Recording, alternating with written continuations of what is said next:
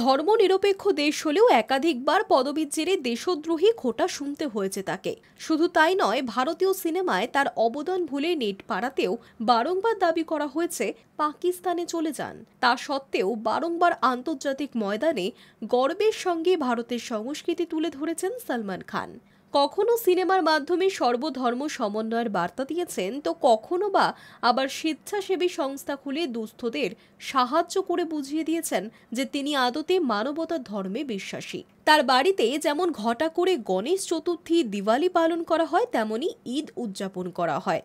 ধর্ম নিয়ে ভেদাভেদ মানেন না সলমন খান। তাই তো দিন কয়েক আগেই রাম হনুমানের অবয়ব খচিত হাতঘড়ি পরে ফ্যাশন দুনিয়ায় চর্চার শিরোনামে উঠে এসেছিলেন ভাইজান। তবে হাতে রামের প্রতীক দেখিয়ে বেজায় বিপাকে পড়তে হয়েছে তাকে। সলমনের বিরুদ্ধে ফুঁসছে দেশের মুসলিম সংগঠন। সিকান্দারের ছবির প্রচারে সর্বধর্ম সমন্বয়ের বার্তা দিতে এপিক এক্স রাম জন্মভূমি এডিশন 2 এর হাতঘড়ি পরেছিলেন সলমন খান। এই বিশেষ মডেলের ঘড়িটি তৈরি করেছে জ্যাকব অ্যান্ড কোং, যার মূল আকর্ষণ তার চিত্তাকর্ষক নকশা। ঘড়িটিতে খোদাই করা হয়েছে রাম জন্মভূমি ও রাম হনুমানের মূর্তি। সীমিত সংস্করণের এই ঘড়িতে যে ভারতীয় ইতিহাসে তাৎপর্যের উদযাপন করা হয়েছে তা বলাই বাহুল্য। ডায়ালটিতে রাম মন্দিরের প্রতীক অত্যন্ত যত্ন সহকারেই খোদাই করা হয়েছে। আর সেই রাম জন্মভূমি স্পেশাল সংস্করণের ঘড়ি পরেই এবার মৌলবীদের চক্ষুশূল হতে হলো সলমন খানকে। অল ইন্ডিয়া মুসলিম জামাত সংগঠনের সভাপতি মৌলানা রাজবীর মন্তব্য, সলমনের হাতঘড়ি দেখে অভিযোগের পাহাড় জমা হয়েছে। সলমনের হাতে অযোধ্যার রাম জন্মভূমি এডিশনের যে স্পেশাল লাক্সারি ওয়াচ দেখা গিয়েছিল, তার পোশাকি নাম এপিক এক্স রাম জন্মভূমি রোজ গোল্ড এডিশন। গেরুয়া রঙের এই বিশেষ ঘড়িটিতে রাম ও হনুমান সহ রাম মন্দিরের বিশেষ প্রতীক রয়েছে।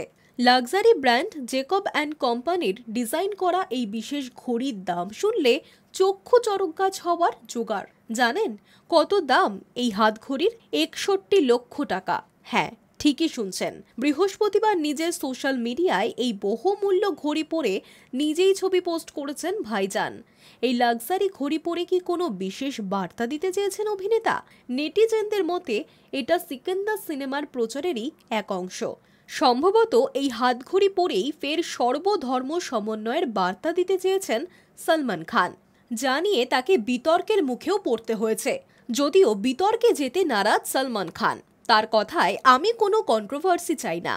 अरे नहीं चाहिए भाई, हमको कोई कंट्रोवर्सी से, हमका बहुत सारे कंट्रोवर्सी से गुजर चुके हम, हमको नहीं चाहिए कोई controversy. And I don't think controversies की वजह से कोई फिल्म हिट होती है।